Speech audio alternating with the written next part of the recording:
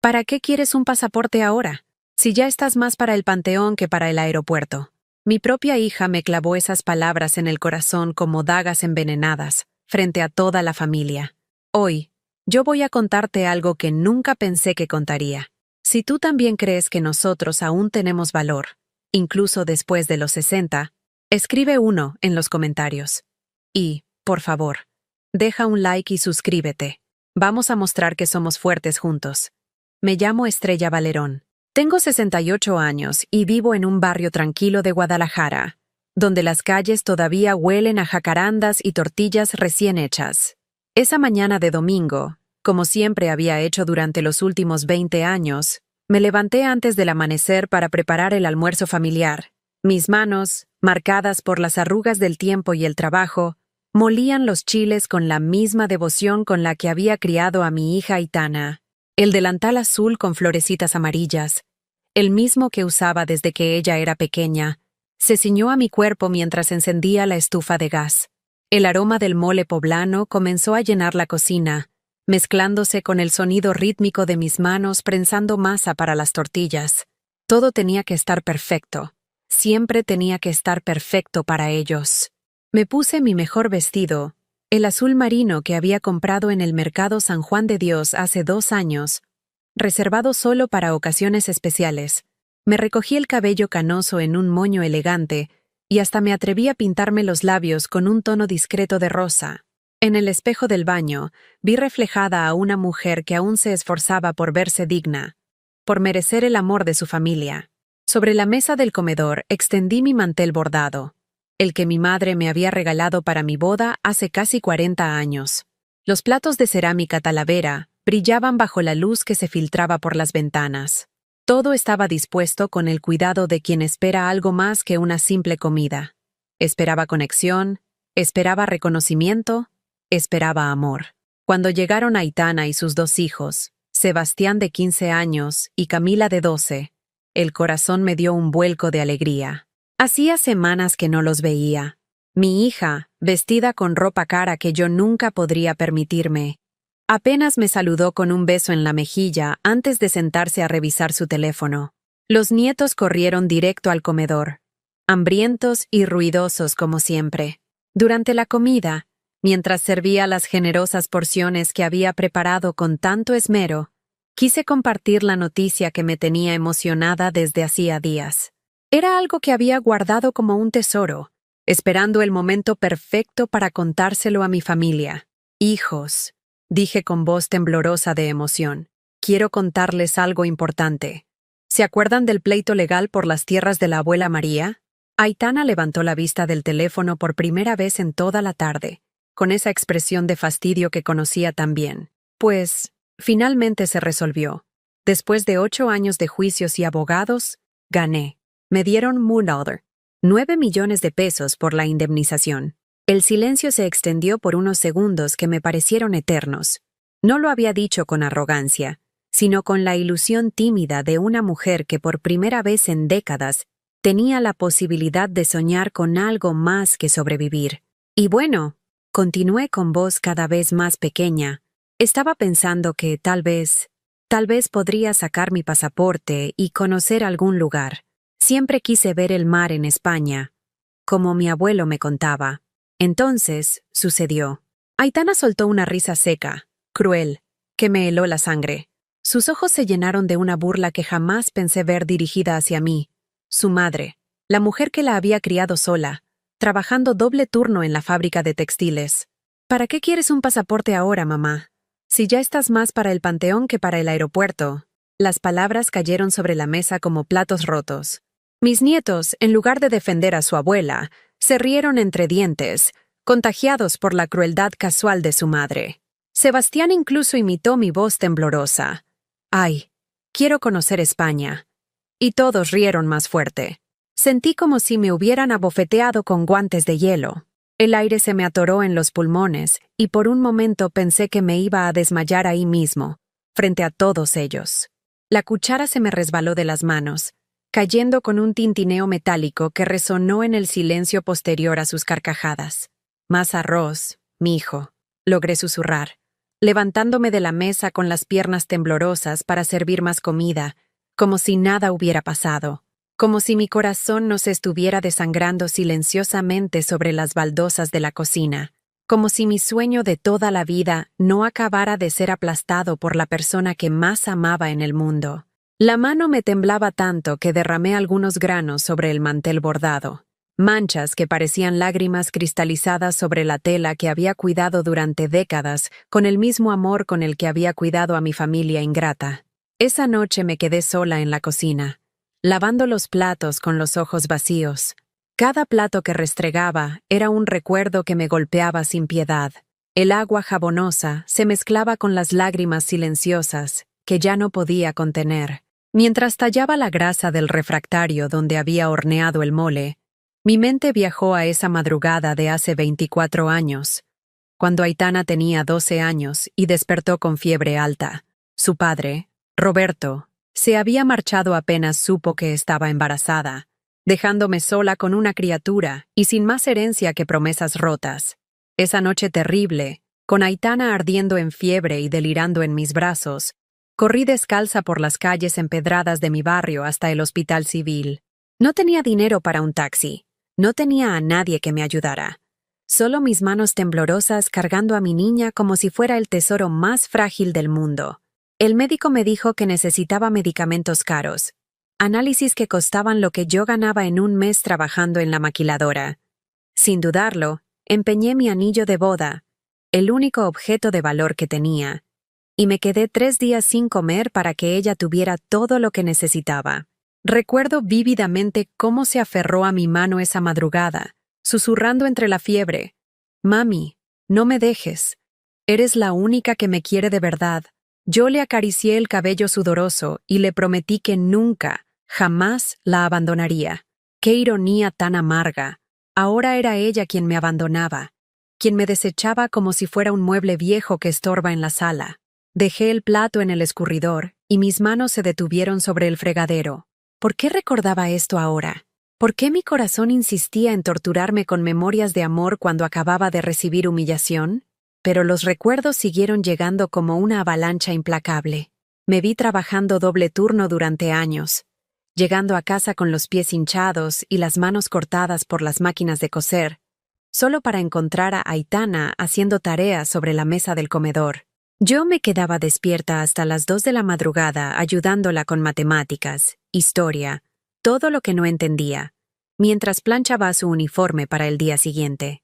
Cuando cumplió 15 años, se me rompió el alma al ver cómo todas sus compañeras de la secundaria celebraban sus fiestas en salones elegantes, con vestidos que costaban más que mi sueldo de 3 meses.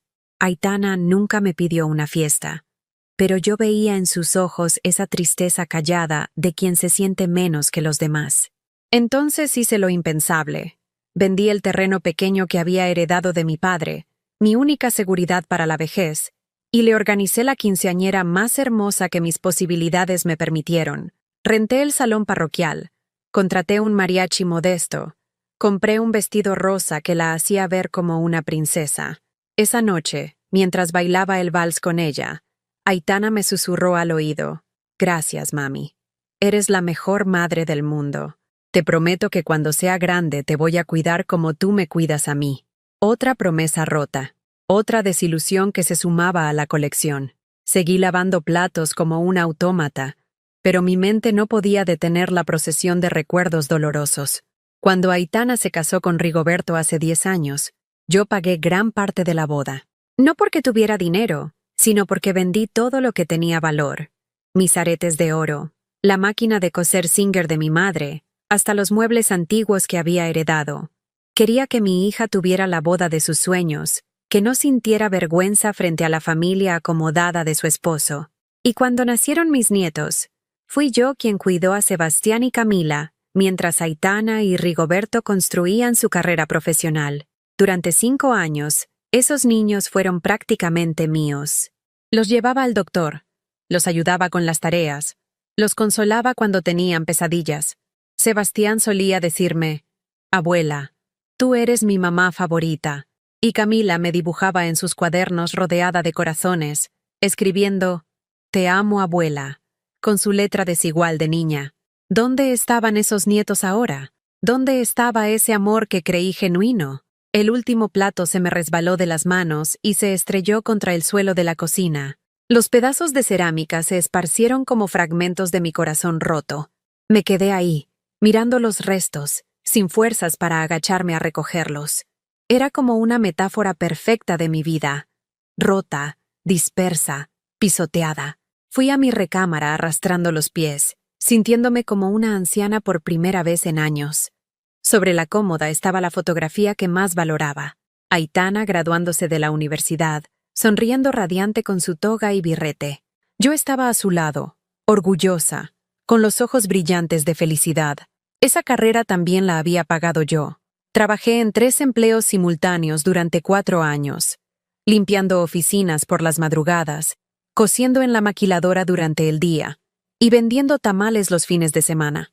Mis manos se deformaron del trabajo, mi espalda se encorvó, mi cabello encaneció prematuramente. Pero valía la pena, pensaba entonces. Mi hija sería profesionista, tendríamos una vida mejor. Ella me cuidaría en mi vejez como yo la había cuidado en su infancia. Qué ingenua fui.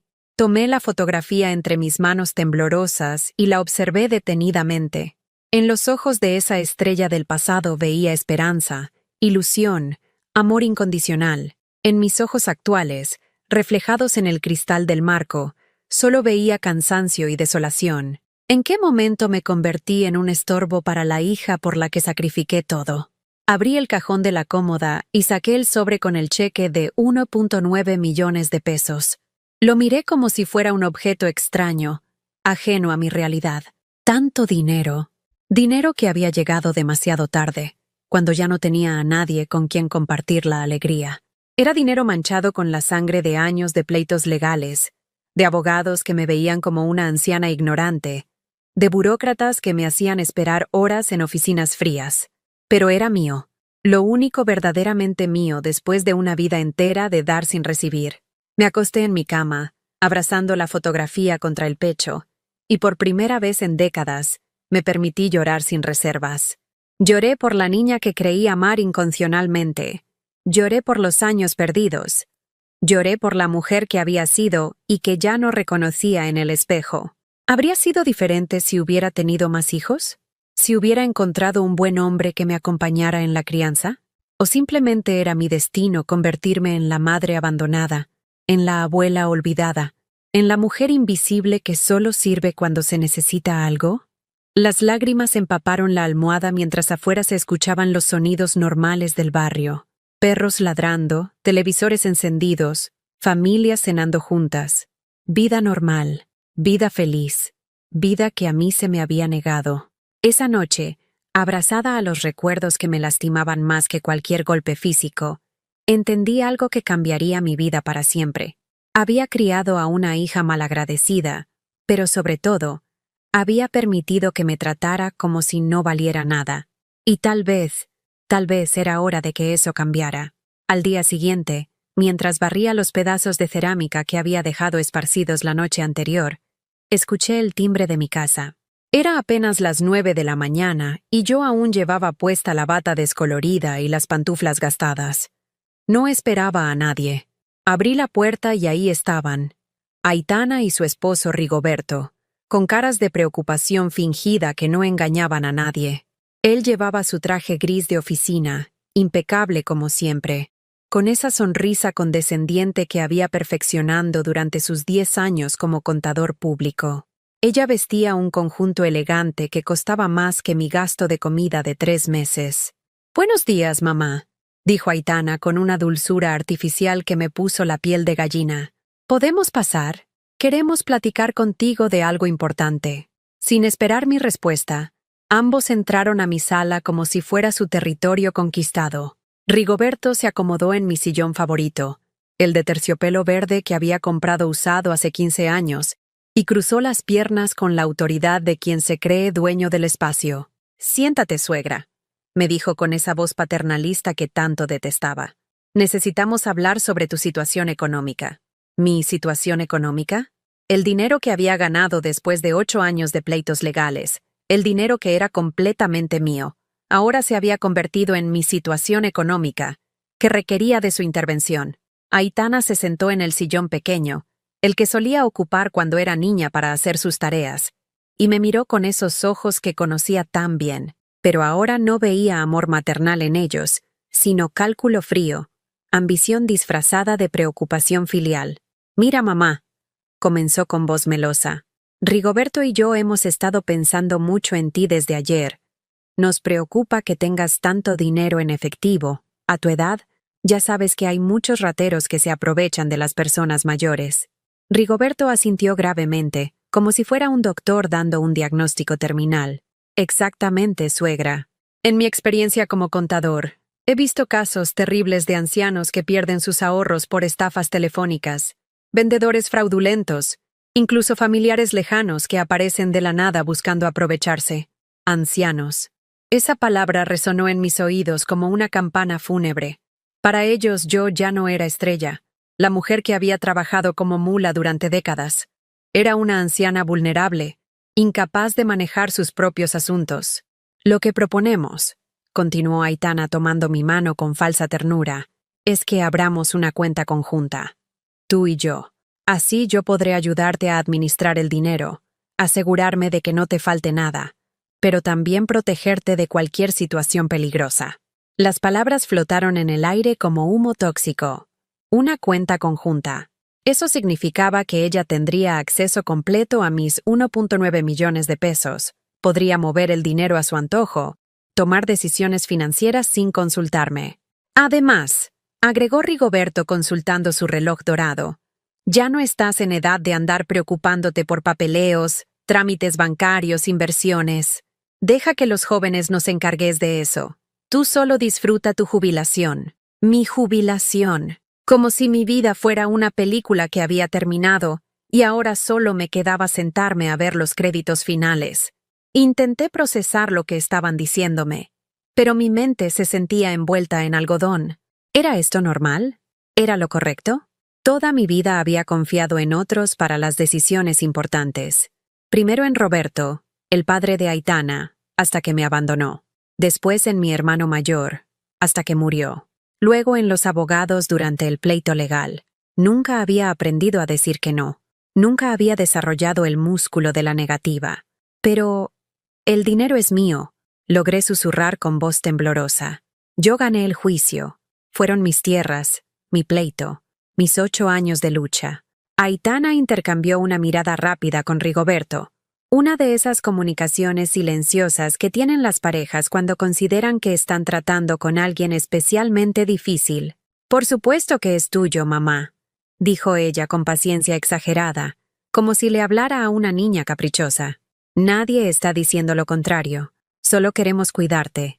Es lo que hacen las familias que se aman. Familias que se aman». Las mismas palabras que había usado mi hermano cuando me convenció de prestarle dinero que nunca me devolvió.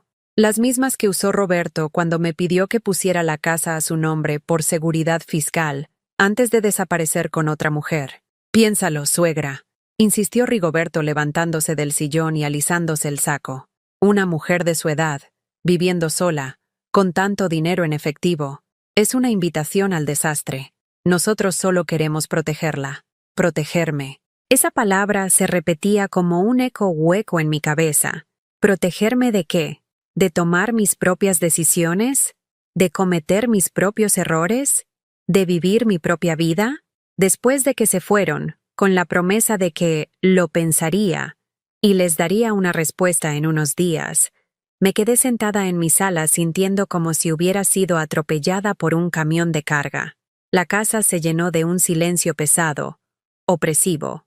Por primera vez en mi vida adulta, me sentí verdaderamente sola y vulnerable. No porque no tuviera dinero, sino porque me habían hecho creer que tenerlo era peligroso para mí. Fui a la cocina y me preparé un té de manzanilla con manos temblorosas. Mientras esperaba a que el agua hirviera, mi mente comenzó a trabajar de manera diferente, como si una neblina se estuviera disipando lentamente. ¿Por qué venían hasta ahora, después de meses sin visitarme, a preocuparse tanto por mi bienestar? ¿Por qué Rigoberto, que apenas me dirigía la palabra en reuniones familiares, Ahora se presentaba como mi protector financiero. La respuesta era tan obvia que me dolió reconocerla. Querían mi dinero. No me querían a mí. Querían lo que yo tenía. Esa noche no pude dormir. Me quedé despierta hasta el amanecer, dando vueltas en la cama, sintiendo como si algo en mi interior estuviera despertando después de décadas de hibernación. Una parte de mí que había estado dormida, anestesiada por años de complacencia y abnegación. A las 6 de la mañana, cuando los primeros rayos de sol se filtraron por las cortinas de mi recámara, tomé una decisión que cambiaría el curso de mi vida para siempre. Me bañé. Me vestí con mi mejor ropa. Me peiné cuidadosamente y salí de casa rumbo al centro de Guadalajara. En el autobús, mientras veía pasar las calles familiares de mi ciudad, sentí algo que no había experimentado en años: determinación. Llegué al Banco Santander de la Plaza de la Liberación cuando apenas estaban abriendo. La ejecutiva de cuentas, una mujer joven y profesional llamada Lucía Morales, me atendió con cortesía y paciencia mientras yo, con voz cada vez más firme, le expliqué lo que quería hacer. Deseo abrir una cuenta nueva, le dije mirándola directamente a los ojos. Solo a mi nombre, y quiero transferir todos mis ahorros de mi cuenta actual a esta nueva cuenta. ¿Podría preguntarle el motivo del cambio, señora Valerón?, me preguntó mientras tecleaba en su computadora.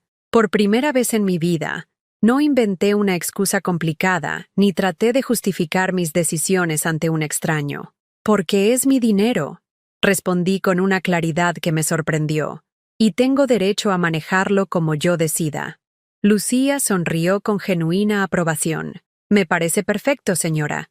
Es exactamente como debe ser. Mientras firmaba los documentos, sentí como si estuviera firmando mi declaración de independencia, mi primera acción rebelde en 68 años de vida, mi primer no silencioso pero contundente. Cuando salí del banco, con mi nueva tarjeta de débito guardada en el fondo de mi bolsa como un tesoro secreto, el aire de Guadalajara me supo diferente, más limpio, más libre. No sabía qué vendría después, pero por primera vez en décadas, las consecuencias serían completamente mías. Durante 3 días disfruté de una paz extraña, como si hubiera desactivado una bomba de tiempo que llevaba años haciendo tic-tac en mi pecho. Me levantaba cada mañana sabiendo que mi dinero estaba seguro, que mis decisiones eran completamente mías, que por primera vez en décadas tenía control real sobre algo importante en mi vida. Pero la tranquilidad duró poco. El jueves por la tarde, mientras regaba mis geranios en el pequeño jardín del frente, escuché el portazo violento de un auto estacionándose frente a mi casa. Reconocí inmediatamente el sonido del BMW gris metalizado de Rigoberto, pero esta vez venía solo. Se bajó del coche como un huracán contenido, con el rostro rojo de ira y los puños apretados. Su traje impecable contrastaba grotescamente con la furia descompuesta que emanaba de todo su cuerpo. ¡Estrella!, gritó desde la banqueta, sin importarle que los vecinos se asomaran por sus ventanas. Necesitamos hablar ahora mismo. Dejé la regadera junto a los geranios y lo enfrenté desde mi pequeño jardín, sintiéndome extrañamente calmada ante su explosión de cólera.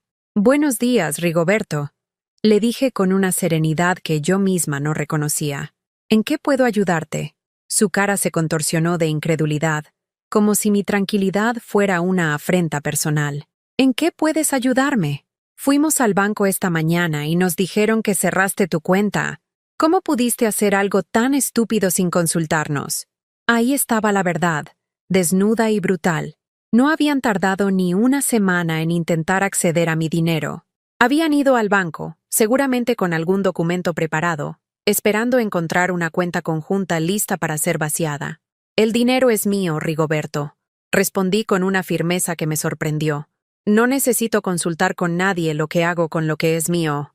Se acercó hasta mi cerca de madera, apoyando sus manos manicuradas sobre los barrotes como si fuera un animal enjaulado. Escúchame bien, vieja terca. Ese dinero no te va a durar nada si sigues tomando decisiones como una loca. Aitana está destrozada por tu desconfianza, por tu ingratitud. ¿Ingratitud? La palabra me golpeó como una bofetada helada. Yo, que había sacrificado mi juventud, mi salud, mis sueños por esa familia, Ahora era la ingrata por proteger mi propio patrimonio. Dile a Aitana que si quiere hablar conmigo, puede venir personalmente. Le respondí dándole la espalda y dirigiéndome hacia la puerta de mi casa. Y dile también que no toleraré más faltas de respeto en mi propiedad. Lo escuché maldecir por lo bajo mientras arrancaba su auto con violencia, haciendo rechinar las llantas contra el pavimento como un adolescente berrinchudo. Esa misma noche, cerca de las 10, sonó mi teléfono. Era Aitana, pero su voz sonaba diferente, fría, calculadora, sin rastro de la dulzura artificial que había usado días atrás. «Mamá, necesito que me expliques qué está pasando por tu cabeza», me dijo sin preámbulos, sin siquiera un saludo. «Rigoberto me contó sobre tu numerito de esta mañana». ¿Mi numerito? Defender mi patrimonio ahora era un numerito infantil. «Aitana, mija», comencé tratando de mantener un tono conciliador. «Yo solo quise proteger mi dinero. No tiene nada que ver con desconfianza hacia ustedes». Su risa fue como cristales rotos. ¿Proteger tu dinero de quién, mamá? ¿De tu propia familia? ¿De la gente que te ama y se preocupa por ti? La conversación se extendió por 40 minutos de reproches, chantajes emocionales y amenazas veladas. Aitana me acusó de estar volviéndome paranoica, de haber perdido la razón, de estar siendo influenciada por gente extraña que quería separarme de mi familia. «Si no confías en nosotros», terminó diciendo con una frialdad que me heló la sangre, «entonces tal vez es mejor que te las arregles sola. A ver qué tan bien te va sin el apoyo de tu familia». La línea se cortó, dejándome con el auricular en la mano y un vacío en el estómago que me recordó al hambre de mis días más pobres. Y así comenzó mi castigo. Durante las siguientes semanas, el silencio se volvió mi único compañero. El teléfono no sonaba más. La puerta no recibía visitas. Los domingos se convirtieron en días interminables donde cocinaba solo para mí, donde la mesa grande del comedor me reprochaba su soledad con cada reflejo de la luz sobre su superficie vacía. Mis nietos, Sebastián y Camila, desaparecieron de mi vida como si nunca hubieran existido. Sus voces alegres, sus risas, sus travesuras, todo se evaporó de un día para otro. Pasé frente a su escuela varias veces, esperando encontrármelos por casualidad, pero cuando finalmente vi a Sebastián esperando el camión escolar, él desvió la mirada deliberadamente, como si yo fuera una extraña molesta. El dolor de esa indiferencia calculada fue peor que cualquier insulto directo. Mi cumpleaños llegó y se fue como un día cualquiera. 69 años de vida, y nadie recordó la fecha, ni una llamada, ni un mensaje, ni una postal. Me desperté esperando aunque fuera un saludo tardío, pero el teléfono permaneció mudo durante todo el día. Por la noche, me senté en mi sala con una rebanada de pastel que había comprado en la panadería de don Manuel, el único que seguía tratándome con la misma amabilidad de siempre. Las velas de cumpleaños titilaron solitarias mientras yo cantaba las mañanitas para mí misma, sintiendo como si estuviera despidiendo a la mujer que había sido durante 7 décadas.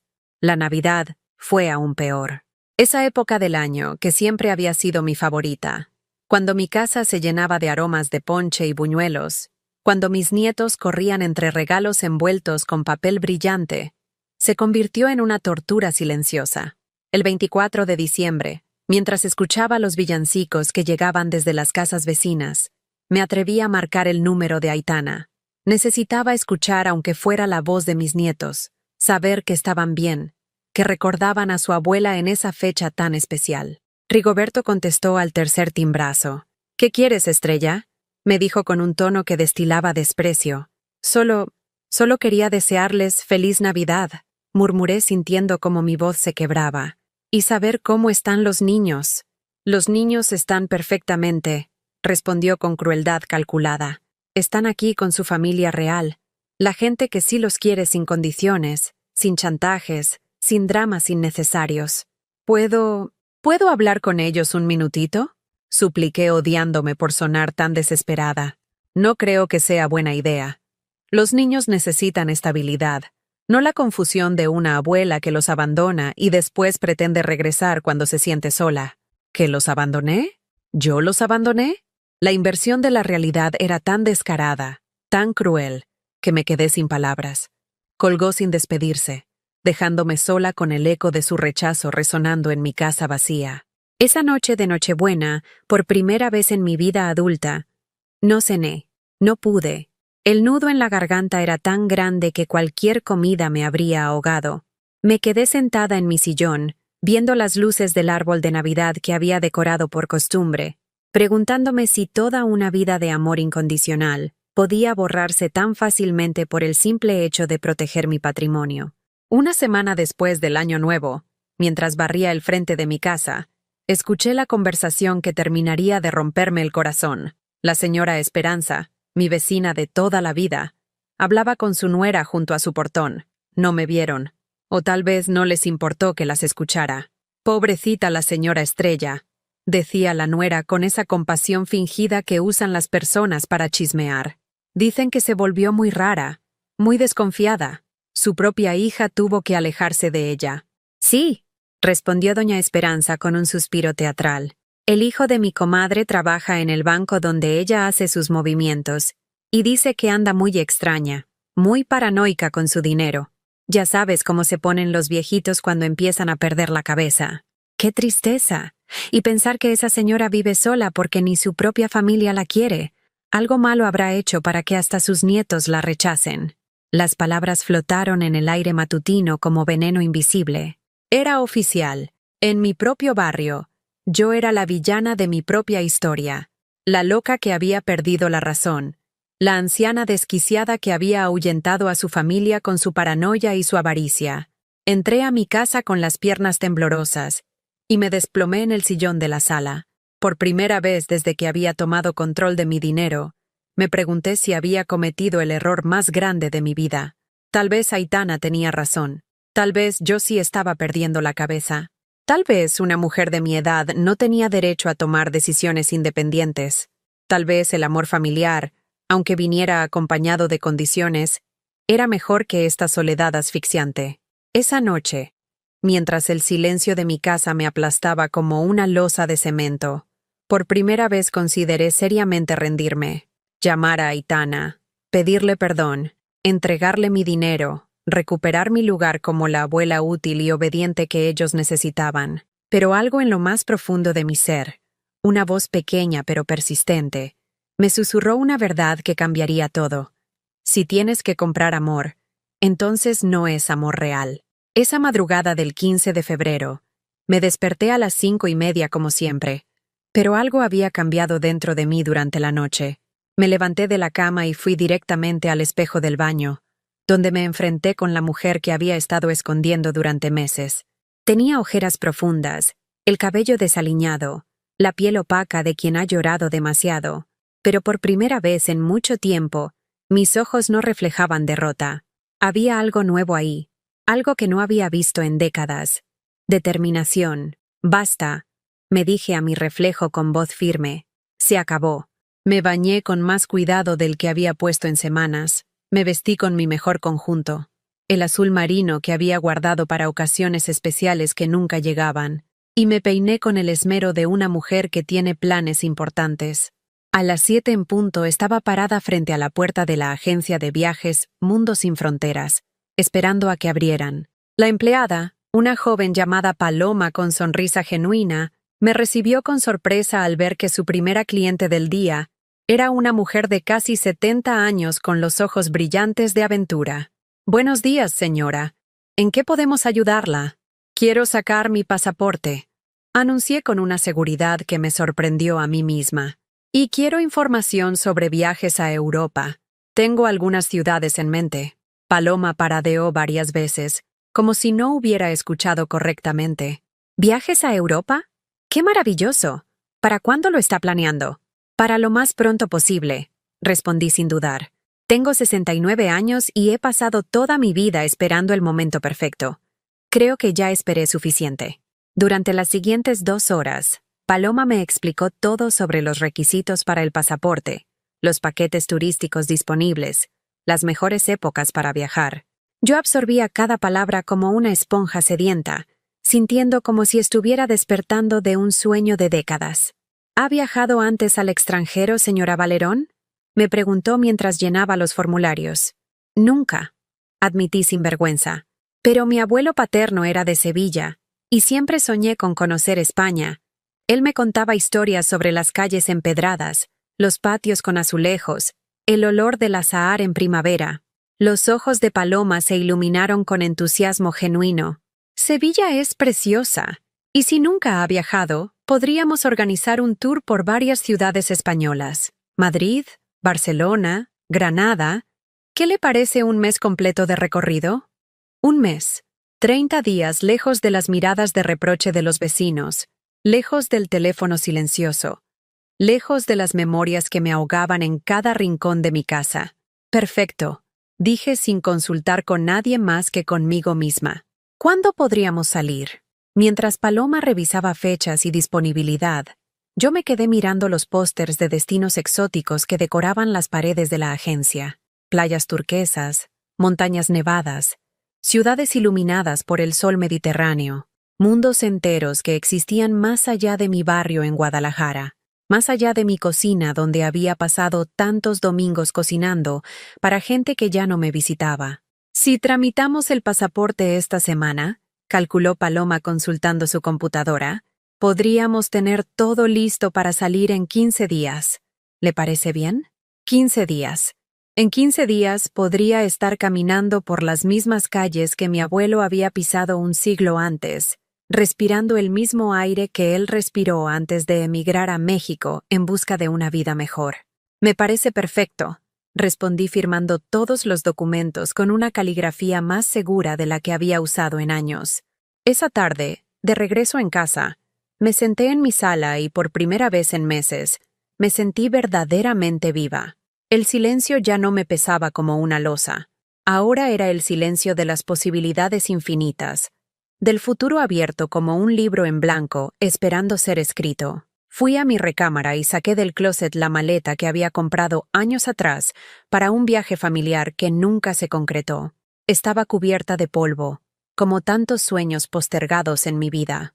La limpié cuidadosamente y la puse sobre la cama, abierta como una promesa.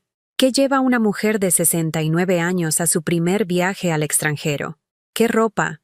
¿Qué zapatos? ¿Qué recuerdos vale la pena cargar cuando finalmente decides vivir para ti misma? Empecé a sacar ropa del armario, pero me detuve al darme cuenta de algo terrible. No tenía prácticamente nada apropiado para una mujer que quería ver el mundo. Décadas de vivir para otros, de comprarlo barato y funcional, de postergar mis propias necesidades. Me habían dejado con un guardarropa que gritaba resignación. Al día siguiente, algo que no había hecho jamás en mi vida adulta, fui sola de compras. No para otros, no por necesidad, sino por puro placer personal. Entré a Liverpool en Plaza del Sol con el corazón acelerado y las manos sudorosas. Los espejos me devolvían la imagen de una mujer mayor perdida entre maniquíes jóvenes y ropa que parecía diseñada para vidas muy diferentes a la mía. Una vendedora se acercó con sonrisa profesional. ¿Busca algo en especial, señora? Voy a viajar a Europa, anuncié con orgullo que me sorprendió. Es mi primer viaje internacional y necesito ropa apropiada. Su sonrisa se volvió genuina al detectar mi emoción. ¡Qué maravilloso! ¿A qué países va? España, principalmente. Tal vez Francia. Quizá Portugal si me alcanza el tiempo. Durante las siguientes 3 horas, esa joven llamada Andrea se convirtió en mi cómplice de transformación.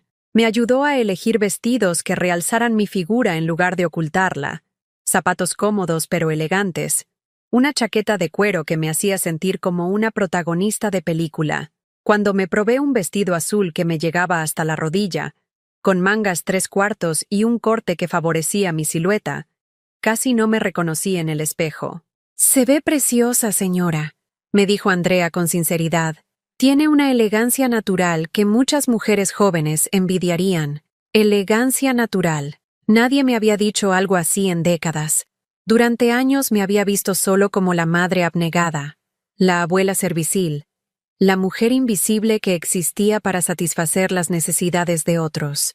Compré 5 vestidos, 3 pares de zapatos, una maleta nueva con ruedas y algo que jamás había tenido, un perfume caro. El vendedor me dejó probar varios hasta que encontré uno que me transportó instantáneamente. Olía a jazmín y libertad, a posibilidades y nuevos comienzos. Esa noche, mientras organizaba mis compras sobre la cama, me di cuenta de algo fundamental. Por primera vez en mi vida, estaba invirtiendo en mí misma, no en mi hija, no en mis nietos, no en la casa o las responsabilidades familiares. En mí. El teléfono sonó cerca de las 10. Era un número desconocido. ¿Señora Estrella Valerón?, preguntó una voz masculina formal. Sí, soy yo. Le habla del banco. Tenemos una consulta sobre algunos movimientos recientes en su cuenta. ¿Podría venir mañana a primera hora? Mi estómago se contrajo. ¿Habrían Aitana y Rigoberto encontrado alguna manera legal de acceder a mi dinero? ¿Estarían cuestionando mi capacidad mental para manejar mis finanzas? ¿Hay algún problema?, pregunté tratando de mantener la calma. No se preocupe, señora. Solo son procedimientos de rutina cuando hay transferencias importantes. Nada grave. Esa noche dormí inquieta, pero cuando amaneció, la determinación había regresado. Me vestí con uno de mis vestidos nuevos, me puse el perfume de jazmín y fui al banco con la cabeza en alto. Lucía Morales me recibió con su sonrisa habitual. Señora Valerón, gracias por venir. Solo necesitamos confirmar algunas transacciones recientes. Hemos notado que ha hecho varios gastos importantes en los últimos días. Sí, respondí sin defensas ni explicaciones. Gastos para mi viaje a Europa. Sus ojos se iluminaron con interés genuino. ¡Qué emocionante! ¿Es su primer viaje internacional? El primero de muchos, espero, dije sorprendiéndome de mi propia ambición. Mientras revisábamos los movimientos, la agencia de viajes, las compras de ropa, el anticipo del hotel, Lucía comentó: me da mucho gusto ver a una cliente usando su dinero para cumplir sus sueños. Créame que no es tan común como debería ser. Salí del banco sintiendo como si hubiera pasado otra prueba, como si el universo estuviera confirmando que estaba tomando las decisiones correctas. Esa tarde, mientras esperaba el camión en la parada de siempre, se acercó doña Esperanza, mi vecina chismosa. Oiga, Estrella, me dijo con curiosidad mal disimulada. La vi muy arreglada estos días. ¿Todo bien? Todo perfecto, Esperanza. Respondí con una sonrisa que no había usado en meses. Me voy de viaje a España en una semana. Su cara de asombro me llenó de una satisfacción pequeña pero deliciosa. ¿A España? ¿Sola? Sola y feliz, confirmé mientras subía al camión que me llevaría a casa. A través de la ventanilla, vi su cara de desconcierto mientras se alejaba. Por primera vez, yo era la protagonista de la historia del barrio por razones positivas. Esa noche, me quedé despierta hasta tarde organizando mi itinerario, leyendo sobre los lugares que visitaría, imaginando las calles por las que caminaría. Ya no era Estrella la abandonada, la loca paranoica, la abuela rechazada. Era Estrella la viajera, Estrella la valiente, Estrella la libre. Y eso era solo el comienzo. El Aeropuerto Internacional de Guadalajara se convirtió en el portal hacia mi nueva vida. Cuando me entregaron mi pasaporte flamante, con mi fotografía seria pero esperanzada en la primera página, sentí como si me estuvieran dando la llave de un mundo que había permanecido cerrado para mí durante casi 70 años. El vuelo a Madrid fue mi primera lección de libertad. Mientras el avión se elevaba sobre las luces de mi ciudad natal, miré por la ventanilla y susurré una despedida silenciosa a la mujer que había sido. Abajo quedaba Estrella la abnegada, la invisible, la que siempre daba pero nunca recibía.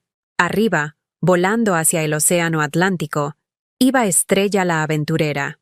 La azafata, una mujer madura con sonrisa amable, se acercó durante el vuelo. ¿Es su primer viaje a Europa?, me preguntó, notando mi nerviosismo mezclado con emoción. El primero de muchos, espero, respondí, usando la frase que se había convertido en mi mantra. Me encanta ver a mujeres de su edad cumpliendo sus sueños, me dijo con genuina admiración. Mi madre siempre decía que quería conocer París, pero nunca se atrevió. Murió con ese sueño guardado en el corazón. Sus palabras me calaron profundo. ¿Cuántas mujeres como yo morían con sus sueños intactos, víctimas de una vida dedicada exclusivamente a servir a otros? Aterricé en Madrid, un martes de marzo, con el aire fresco de la primavera europea, llenando mis pulmones como una bendición. El olor era diferente al de Guadalajara, más antiguo, cargado de historia y posibilidades infinitas. Mi hotel en el barrio de La Latina era pequeño pero acogedor, con balcones que daban a calles empedradas donde la vida transcurría con un ritmo diferente al mexicano. Esa primera noche, me asomé a la ventana y vi a ancianas españolas sentadas en sillas de plástico frente a sus portales, conversando con la familiaridad de quien ha compartido el mismo barrio durante décadas. Me recordaron a mi abuela, a las tardes de mi infancia cuando las mujeres mayores eran respetadas como depositarias de sabiduría, no descartadas como estorbos que ya cumplieron su función. Al día siguiente comenzó mi verdadera transformación. En el Museo del Prado, mientras contemplaba Las Meninas de Velázquez, una guía turística me vio absorta en la pintura y se acercó.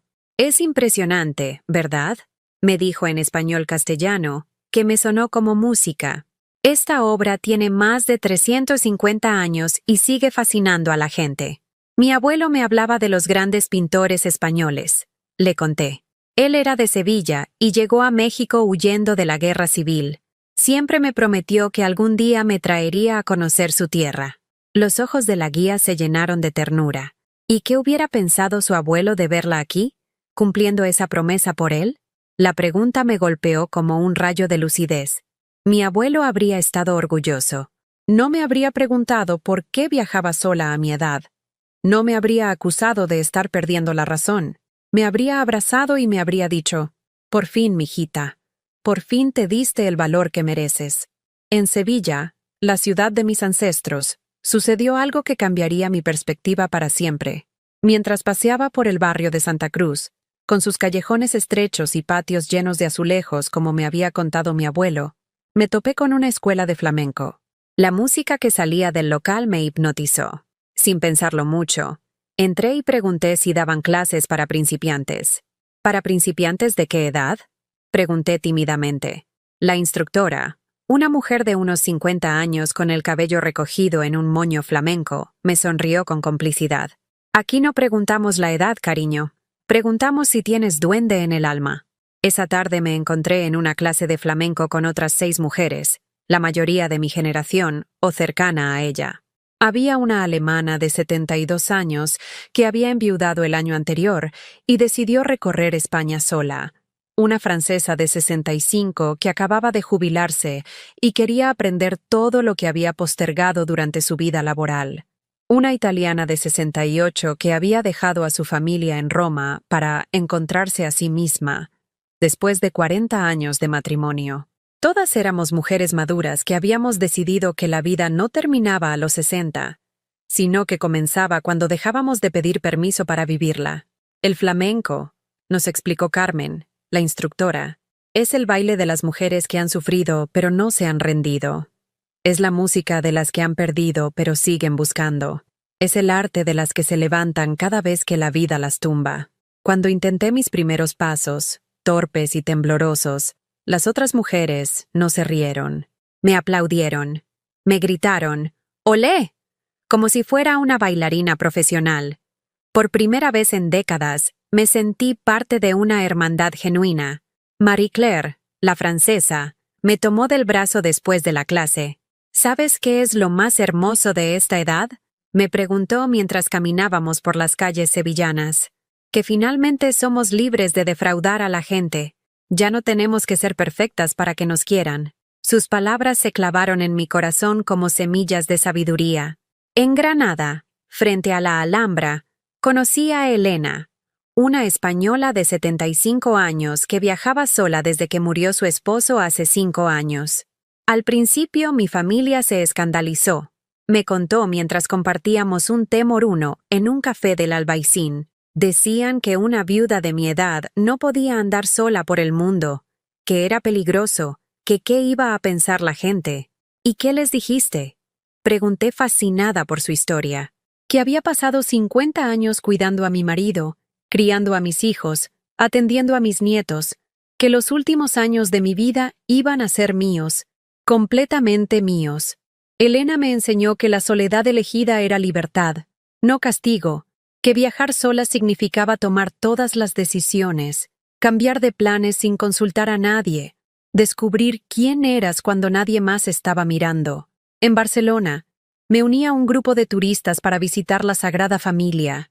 El guía, un joven catalán entusiasta, nos contó que Gaudí había dedicado más de 40 años de su vida a esa obra maestra, sabiendo que no la vería terminada.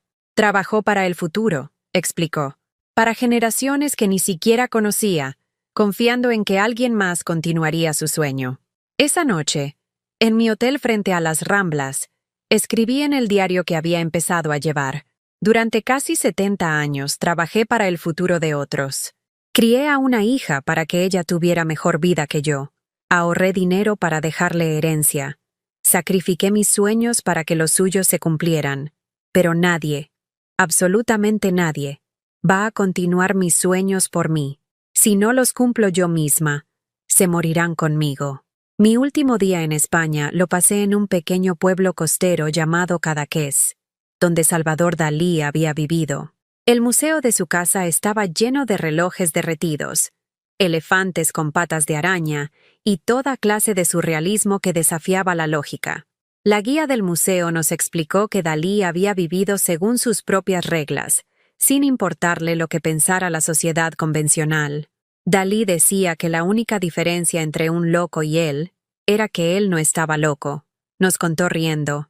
Pensé en todas las veces que mi familia me había hecho sentir como si estuviera perdiendo la razón por querer proteger mi dinero, por querer tomar mis propias decisiones. Tal vez la locura no era defender mi autonomía. Tal vez la locura había sido renunciar a ella durante tantos años. En el vuelo de regreso a México, mientras sobrevolaba el Atlántico en dirección contraria, no sentí nostalgia ni miedo. Sentí poder. Había probado la libertad y ya no podría vivir sin ella. Había conocido mujeres de mi edad que se habían reinventado después de los 60, que habían convertido sus años dorados en años de oro puro. Había bailado flamenco en las calles donde mi abuelo había caminado. Había llorado de emoción frente a obras de arte que llevaban siglos esperando a que yo las descubriera.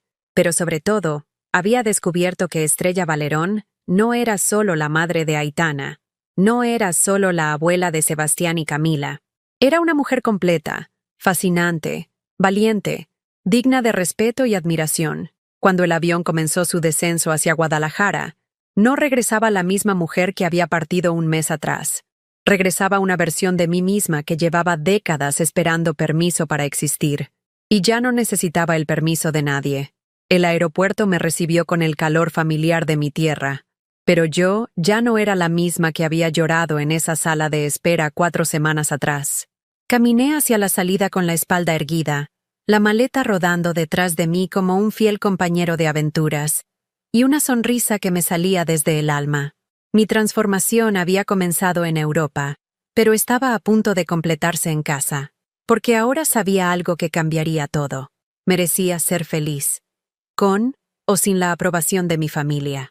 Y nadie, absolutamente nadie, volvería a hacerme creer lo contrario. Mi regreso a casa no pasó desapercibido en el barrio. Doña Esperanza me vio llegar del aeropuerto con mi maleta nueva y mi rostro bronceado por el sol mediterráneo, y su expresión de asombro me confirmó que la transformación era visible hasta para los ojos más superficiales.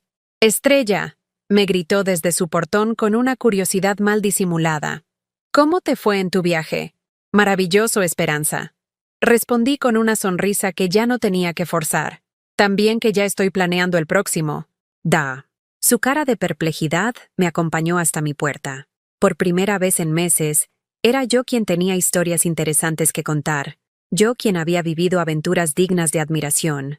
Esa misma tarde, mientras desempacaba mis recuerdos de Europa, postales de museos, un mantón sevillano, aceite de oliva auténtico, libros sobre arte que había comprado en Barcelona, sonó mi teléfono. Era Aitana. Su voz sonaba diferente. No tenía la frialdad cruel de nuestras últimas conversaciones, pero tampoco la dulzura fingida de cuando quería algo. Era un tono nuevo, incierto, como si no supiera muy bien cómo manejar la situación. «Mamá», comenzó con una pausa extraña. «Me enteré de que regresaste de Europa.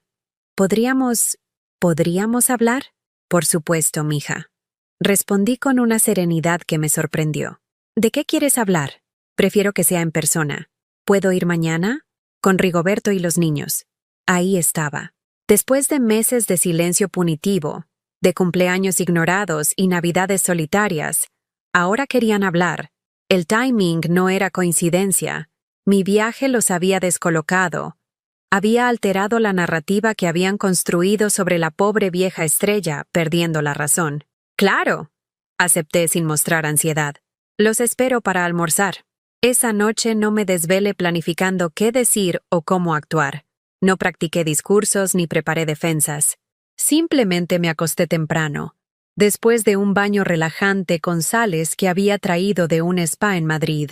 Dormí profundamente, como había aprendido a hacer durante mi viaje, sin culpas, sin preocupaciones anticipadas, sin el peso de problemas que no eran míos. Al día siguiente, me levanté sin prisa y preparé un almuerzo sencillo pero digno. No el festín de mártir que solía cocinar antes, cuando trataba de comprar amor a través de mole casero y tortillas hechas a mano. Esta vez hice pasta con aceite de oliva español, ensalada fresca y agua de Jamaica. Comida buena, pero sin el mensaje subliminal de sacrificio que mis antiguas comidas gritaban. Llegaron puntualmente a las 2 de la tarde. Los vi desde mi ventana.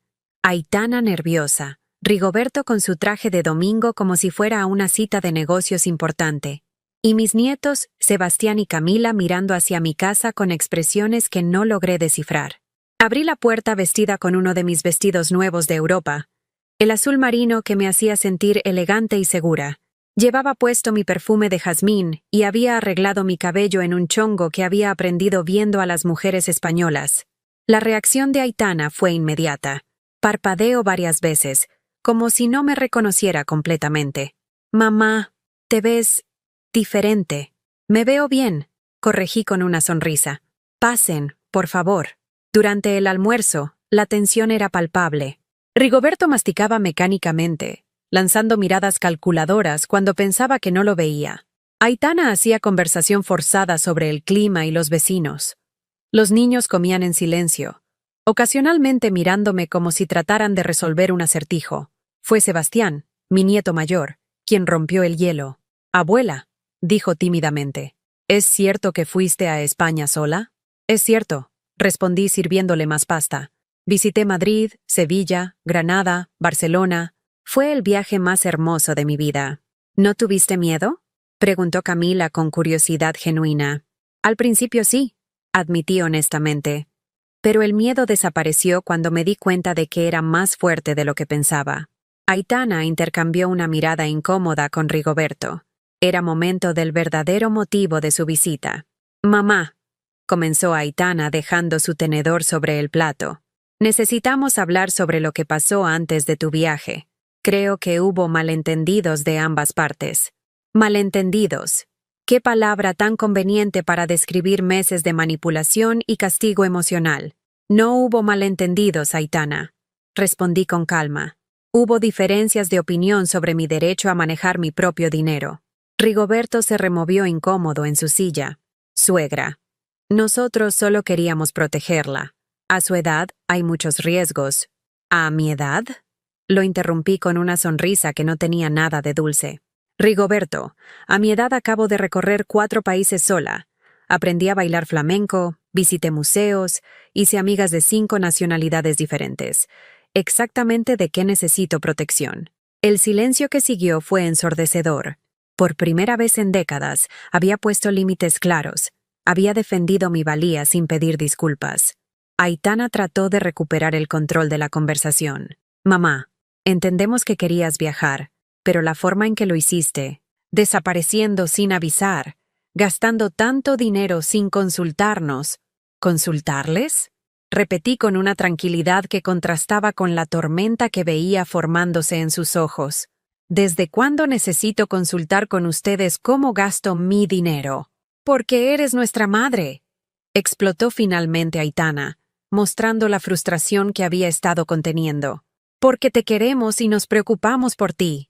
La frase flotó en el aire como humo tóxico. Era el momento de la verdad, el confronto que había estado evitando durante meses. Me levanté de la mesa con una calma que me sorprendió a mí misma. Fui a mi recámara y regresé con algo que había estado guardando desde antes de mi viaje. Un álbum de fotografías familiares y una caja de metal donde guardaba recibos y documentos importantes. ¿Me quieren?, pregunté colocando el álbum sobre la mesa. ¿Se preocupan por mí? Abrí el álbum en una página específica. Fotos de la quinceañera de Aitana, donde se veía mi cara radiante de orgullo mientras ella bailaba con su vestido rosa. Esta fiesta me costó el terreno de mi papá, dije señalando las imágenes. Vendí mi única seguridad económica para que tuvieras una quinceañera digna. Pasé la página. Tu graduación universitaria. Trabajé en 3 empleos durante 4 años para pagarte la carrera. Mis manos se deformaron cosiendo. Mi espalda se arruinó limpiando oficinas. Otra página. Tu boda. Vendí las joyas de mi mamá, los muebles de mi abuela, hasta mi máquina de coser para que tuvieras la celebración que querías. Cada fotografía era una puñalada de evidencia, un recuerdo de amor incondicional que había sido correspondido con indiferencia. Abrí la caja de metal y saqué documentos amarillentos. Los recibos médicos de cuando tenías 12 años y te dio neumonía. Empeñé mi anillo de boda para pagar tus medicinas. Los pagos de tu ortodoncista cuando eras adolescente. Comí frijoles durante meses para que tuvieras dientes perfectos. Las colegiaturas de la escuela privada de Sebastián y Camila, que yo pagué durante 5 años mientras ustedes se establecían económicamente. Rigoberto había palidecido. Los niños miraban los documentos con expresiones de asombro, como si estuvieran descubriendo una historia que nunca les habían contado. Toda mi vida, continué con voz firme pero sin gritos. Todo mi dinero, toda mi energía, todos mis sueños, los invertí en esta familia. Y cuando finalmente, a los 68 años, decidí invertir en mí misma, me castigaron con silencio, me acusaron de estar loca, me abandonaron emocionalmente. Aitana tenía lágrimas en los ojos, pero no de arrepentimiento. Eran lágrimas de frustración, de alguien que veía su estrategia desmoronándose. Mamá, nosotros. No han terminado de escuchar. La interrumpí con una autoridad que nunca había ejercido. Porque ahora viene la parte más importante. Me dirigí al mueble donde guardaba mis documentos importantes y saqué algo que había preparado esa mañana. Una carta que había escrito después de mi viaje, cuando finalmente tuve claridad sobre lo que quería decir. Esta carta, anuncié sosteniéndola como si fuera un decreto real, es mi declaración de independencia. Van a escucharla completa, y después van a decidir si quieren una relación conmigo basada en respeto mutuo, o si prefieren seguir sin verme. El silencio en mi comedor era tan denso que se podía cortar con cuchillo. Por primera vez en mi vida, yo tenía el control absoluto de la situación. Desdoblé la carta y comencé a leer con voz clara y firme. A mi familia. Durante 68 años esperé a que me valoraran. Esperé a que me respetaran. Esperé a que me amaran sin condiciones. Pero he aprendido algo fundamental. El respeto no se suplica, se exige. El amor no se compra, se merece. Y yo me merezco ambos. Las palabras salían de mi boca como liberaciones, como verdades que habían estado prisioneras durante décadas. A partir de hoy, estas son mis condiciones para cualquier relación conmigo. No voy a disculparme por proteger mi patrimonio. No voy a pedir permiso para viajar, para gastar mi dinero, para tomar decisiones sobre mi vida. No voy a tolerar más faltas de respeto, manipulación emocional o castigos por ejercer mi autonomía. Miré directamente a los ojos de cada uno antes de continuar. Si quieren una abuela y madre que esté disponible para ser usada cuando convenga y descartada cuando estorbe, esa mujer murió en Europa. Si quieren una mujer que respeta y merece respeto, que ama pero no se deja pisotear, que está dispuesta a dar pero también a recibir, esa mujer está aquí, esperando su decisión. Doblé la carta y la dejé sobre la mesa. La decisión es suya. Yo ya tomé la mía. El silencio que siguió a la lectura de mi carta fue tan profundo que se podía escuchar el tic-tac del reloj de pared que había heredado de mi madre. 4 pares de ojos me miraban con expresiones que iban del shock al desconcierto, como si estuvieran viendo a una extraña que había ocupado el cuerpo de la estrella que creían conocer. Fue Camila, mi nieta de 12 años, quien rompió el hechizo. «Abuela», dijo con voz pequeña pero clara, ¿Es cierto que pagaste mi escuela durante 5 años? Es cierto, mijita, respondí con ternura genuina. Y lo hice con mucho amor, nunca como una carga. Sebastián, siempre más directo que su hermana, preguntó lo que los adultos no se atrevían. ¿Por eso no nos hablaste durante tanto tiempo? ¿Porque nos portamos mal contigo? Aitana se movió incómoda en su silla, lista para intervenir, pero yo levanté la mano suavemente. No, mijo. Ustedes son niños, no tomaron esas decisiones. Los adultos decidieron usar el silencio como castigo por defender lo que era mío. Rigoberto se aclaró la garganta, claramente incómodo con la dirección que había tomado la conversación. Suegra, creo que está dramatizando la situación. Nosotros solo queríamos lo que ustedes querían. Lo interrumpí con calma implacable. Era acceso a mi dinero. Y cuando no se los di, decidieron castigarme quitándome a mis nietos, ignorando mis cumpleaños, abandonándome emocionalmente. La verdad colgaba en el aire como una sentencia inapelable. Aitana finalmente habló, y por primera vez en meses, su voz tenía matices de vulnerabilidad real.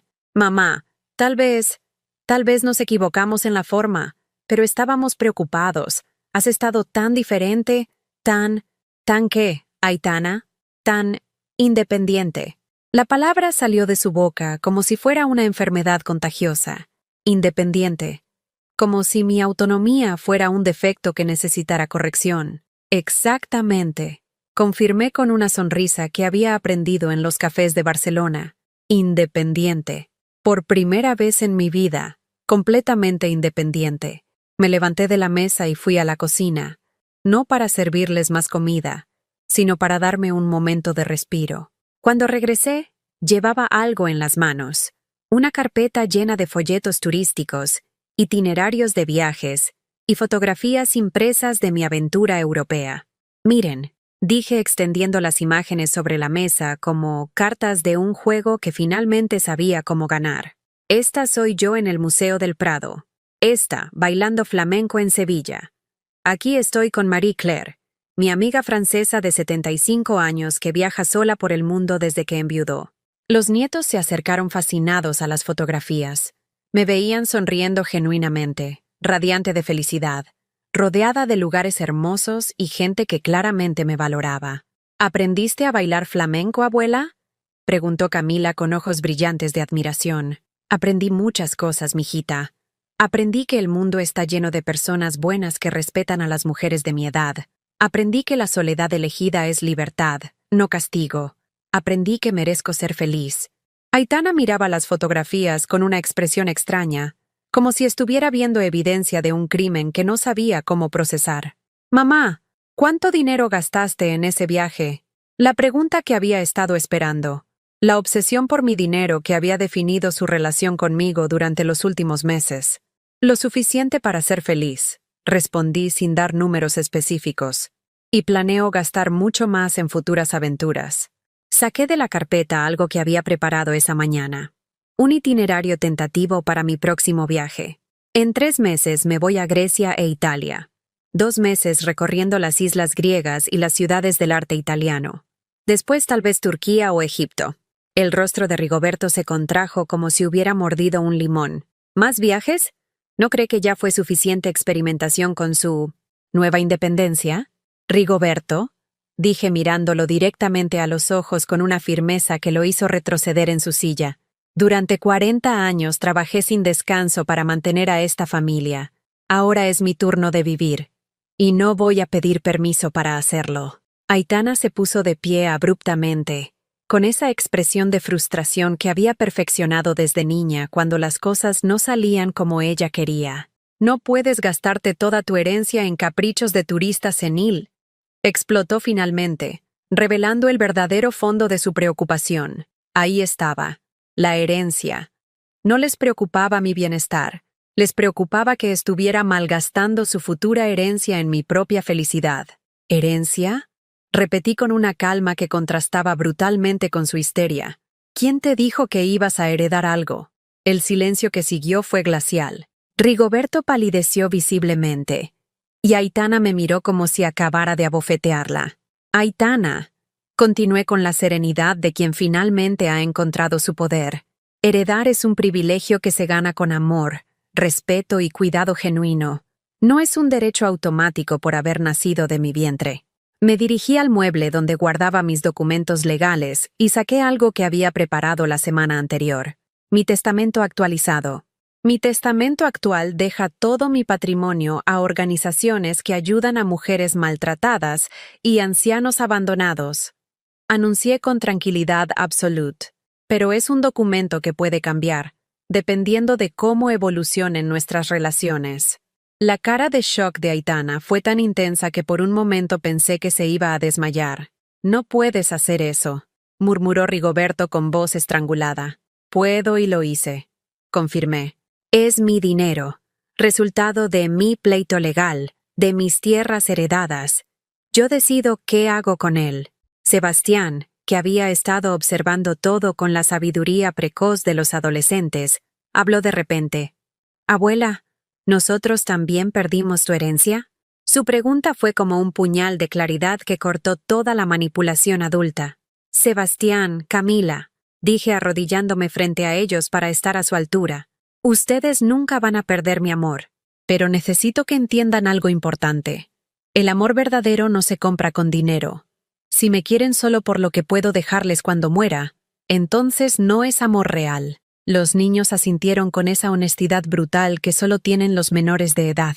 «Yo te quiero aunque no tengas dinero, abuela», dijo Camila abrazándome espontáneamente. «Me gusta verte feliz en las fotos». Ese abrazo, el primero genuino que había tenido de mi familia en meses, me llenó los ojos de lágrimas. Aitana y Rigoberto se fueron esa tarde sin resolver nada, llevándose a los niños con expresiones de derrota y confusión. No hubo gritos, no hubo portazos dramáticos, solo la salida silenciosa de personas que habían perdido un juego que no sabían que estaban jugando. Los meses siguientes fueron de una libertad que no había experimentado jamás en mis casi 70 años de vida. Sin la presión de tener que complacer a una familia que me chantajeaba emocionalmente, florecí como una planta que finalmente recibe la luz del sol después de años en la sombra. Me inscribí en clases de pintura en la Casa de la Cultura de Guadalajara. Mis compañeras eran mujeres de diversas edades, pero todas compartíamos la pasión por crear, por expresarnos, por ocupar el espacio que nos correspondía en el mundo. Maestra Elena, la instructora de 62 años, se convirtió en una confidente inesperada. «Estrella», me dijo un martes mientras pintábamos naturalezas muertas, «he visto muchas mujeres de nuestra generación llegar aquí después de crisis familiares. Todas tienen esa misma mirada cuando llegan, como animales heridos, y todas salen con esa misma luz que tú tienes ahora, como guerreras victoriosas». También me uní a un grupo de lectura en la biblioteca municipal. Una vez por semana, nos reuníamos 8 mujeres de edades variadas para discutir novelas, biografías, libros de filosofía. Por primera vez en mi vida, mis opiniones eran escuchadas, valoradas, debatidas con respeto. Carmen, una viuda de 74 años que había perdido a su esposo el año anterior, se volvió mi compañera de aventuras locales. «¿Sabes qué es lo más liberador de esta edad?», me preguntó una tarde mientras tomábamos café en el centro histórico de Guadalajara. «Que finalmente podemos decepcionar a la gente sin sentir culpa. Ya cumplimos nuestras cuotas de abnegación». 6 meses después de mi confronto familiar, estaba empacando para mi segundo gran viaje cuando recibí una carta que me cambió la perspectiva para siempre. Era de Camila, mi nieta, escrita a mano con su letra cuidadosa. «Querida abuela Estrella, mamá no sabe que te escribo. Quiero decirte que he estado pensando mucho en lo que dijiste sobre el amor verdadero. Creo que tienes razón. Yo te quiero, porque eres valiente, porque me enseñaste que las mujeres podemos ser fuertes, porque cuando me abrazaste, ese día sentí que me querías sin pedirme nada a cambio. Mamá dice que estás enojada con nosotros, pero yo creo que estás feliz contigo misma. Eso está bien. Sebastián también lo piensa, pero él es muy tímido para escribirte. ¿Podemos verte cuando regreses de Grecia?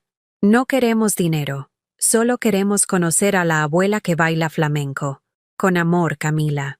Esa carta me acompañó durante todo mi viaje por las islas griegas.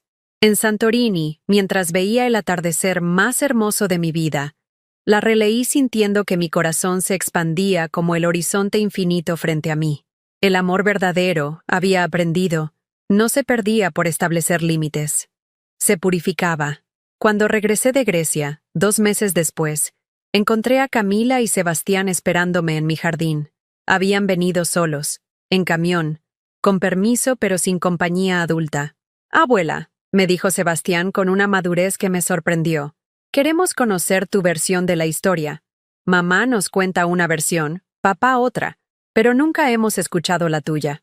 Esa tarde, mientras les mostraba fotografías de Atenas y les contaba sobre las mujeres extraordinarias que había conocido en mis viajes, entendí algo fundamental. El amor genuino sobrevive a cualquier crisis, pero solo el amor genuino. Aitana y Rigoberto nunca regresaron a buscar una reconciliación real. Siguieron viviendo con el resentimiento de haber perdido acceso a mi patrimonio, convencidos de que yo era la villana de una historia donde ellos habían sido las víctimas. Pero mis nietos, esos seres humanos puros que aún no habían aprendido a amar condicionalmente, se convirtieron en la prueba de que valía la pena haber luchado por mi dignidad. Hoy, a los 70 años, mientras planifico mi próximo viaje a Japón y reviso las fotos de todos los países que he conocido, brindo con una copa de vino tinto en mi jardín renovado. El sol se oculta detrás de los edificios de Guadalajara, pintando el cielo de colores que rivalizar con los atardeceres de Santorini. Mi casa, más pequeña pero completamente mía, huele a jazmín y a posibilidades infinitas. En la mesa del patio están mis próximos boletos de avión, mis libros de arte, mi correspondencia con las amigas que he hecho alrededor del mundo. Esta es la herencia que me dejo a mí misma. Una vida plena, consciente, libre. El teléfono suena. Es Carmen, mi compañera de aventuras, preguntando si quiero acompañarla mañana a una conferencia sobre mujeres viajeras en la universidad. Por supuesto. Respondo sin dudar. ¿A qué hora pasas por mí? Cuelgo y sonrío mirando las estrellas que empiezan a aparecer en el cielo tapatío. Hace 2 años era una mujer invisible, rogando por migajas de amor de una familia que me veía como un recurso que explotar. Hoy soy Estrella Valerón. Viajera, artista, mujer libre, abuela elegida por quienes me aman sin condiciones. Y esta vida que finalmente es completamente mía, es el mejor regalo que me pude haber dado. ¿Has vivido o conoces a alguien que haya pasado por algo similar? Cuéntame en los comentarios tu experiencia. Si esta historia te tocó el corazón, dale like y suscríbete al canal para que este mensaje llegue a alguien que necesita escucharlo.